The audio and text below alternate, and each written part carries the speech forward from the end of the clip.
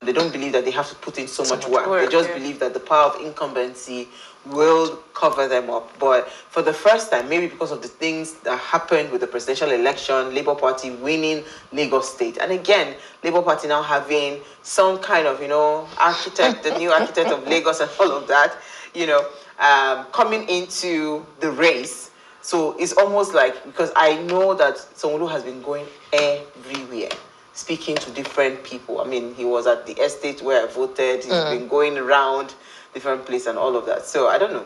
What's your take, first of all?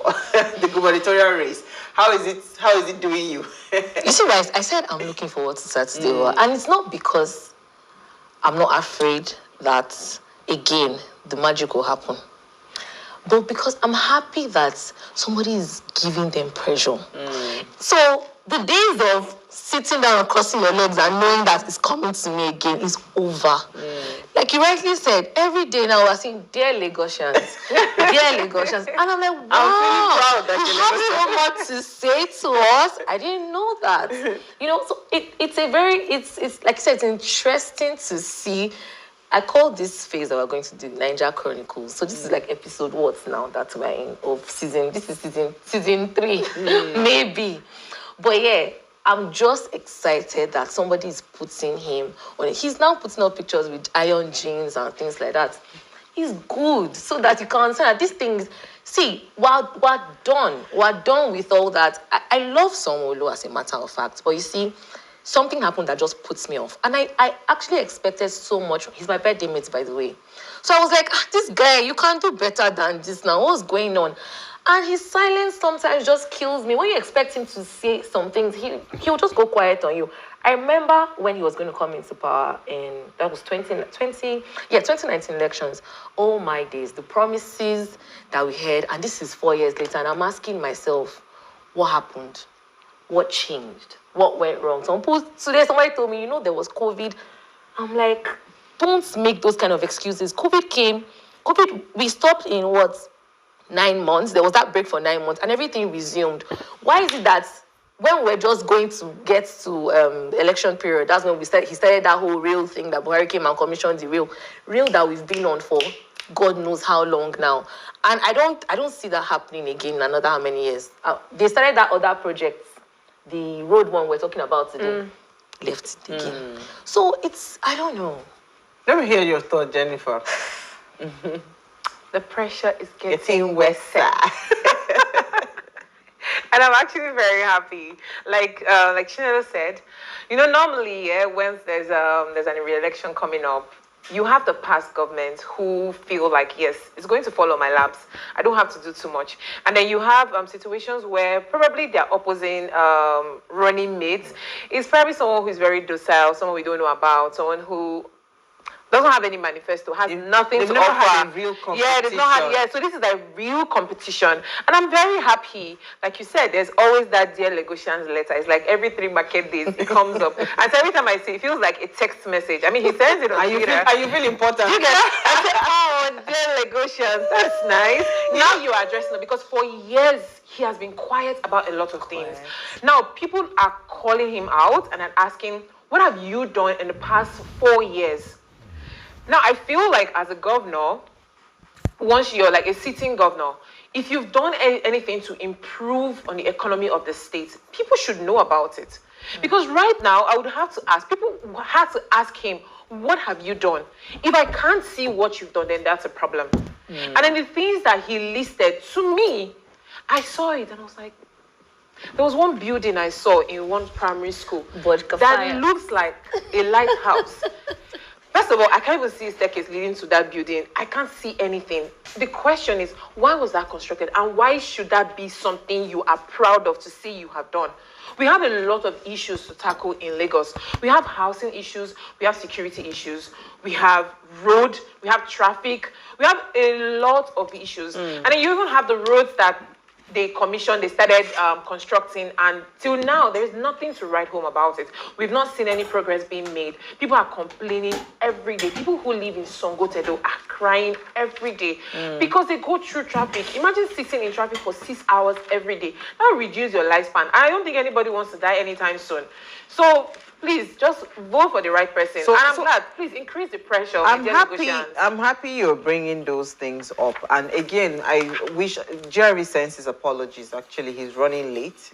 Hopefully he'll be able to get here before the time runs out. But I was going to say that, I'm happy you brought up those issues. And let's even narrow it to this Lagos State gubernatorial race. Why are we having issues around ethnicity? Because again, people play dirty when they see that this is real competition. Over the years, I don't believe that there was ever a competition for APC in any of the previous elections. Yeah. Why?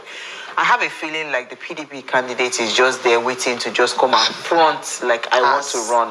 But he was never ready, really serious to run. And that's particularly one of the reasons I really did not like his person, because it's almost like you stay quiet and every 4 years you just wake up. Sure. Nobody saw Labour Party coming into the picture. So all of a sudden now there's real competition. And that's why we're seeing all these things that we're seeing, commissioning of projects, everything. So I was just talking to a friend of mine. I said, why do you have to wait every 4 years? At the 4th year, when it's an election year, you start commissioning different kinds of projects, right? Like you rightly said, if governance is felt by people, you don't even need to campaign. Yeah. People will be the ones to campaign for you. And this is a message to our leaders. We are getting wiser every day. We're getting better. We're not there yet as a people, because if we were there yet as a people, certain things will still not be happening. We're not there, but we're getting there.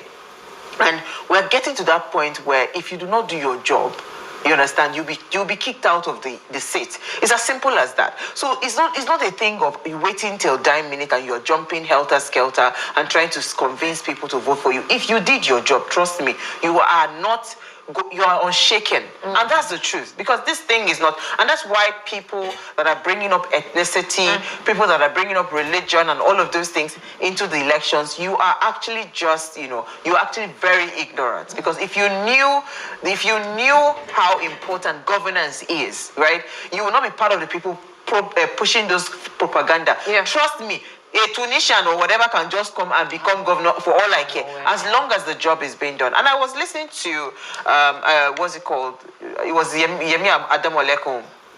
She was talking on a talk show on TV, and she was saying that people have to be careful, especially the APC, because if you talk about candidacy and the terms of, say, okay, who is the bona fide Lagosian? What's his name? Sanwo-Olu is not a Lagosian. What's his name? Ambode. Ambode was not a Lagosian, alleged. Even Tinubu is not a Lagosian, right? So if you are talking about, what's it called? If you're talking about incumbency and indigenous roots and all of that, this particular combo, that's why I'm saying that's why it's interesting to me, because this particular combo of Princess Oyefusi and GRV, they are more Lagosians than any other combo, because Oyefusi is born, bred, buttered, everything Lagos. She's originally a Lagosian. GRV is Lagosian, and he has his mom that is from the east. So when they don't bring all these Omwale issues, and they bring issues around, what's it called, him going to hand over governance to the Igbos, for me, I think those are just very shallow way of campaigning. Now, let's even bring the subject of the Igbos here. Who are the drivers of the economy in every state in Nigeria? Every state, I'm not even specific to Lagos. Who are the drivers of the economy? Go to every state in Nigeria, the major markets that are churning out whatever. You see a lot of Igbo traders there, right? Igbos are the most industrious people. I used to say that I wish, I was an Igbo girl, because I'm sure by now I'd have been a billionaire importer, exporter. I'm just saying to you, they are very industrious. So when you start to bring those kind of lines, you reduce we must begin to learn to move away from those kinds of agendas and propaganda. Yes. And learn how to see. You know what has brought me where I am today? I learned how to tap into people's strength. Forget about their weaknesses, forget about their differences. I just focus on people's strength. And that's all I focus on. I'm not interested in whatever, that's your headache, right? But if you focus on people's strength, you will get the best out of the people. And that's what we should do, because you cannot really claim anything right now. We must learn to harness the potential that everybody has. Because the human capital, I was saying it somewhere, I don't know where I was saying it, the human capital that we have in this country is enough to make this country a first-class first-class country. But because of all of these small, petty lines that we divide ourselves in, we're not able to get there. And that is a big problem for me. I have a question.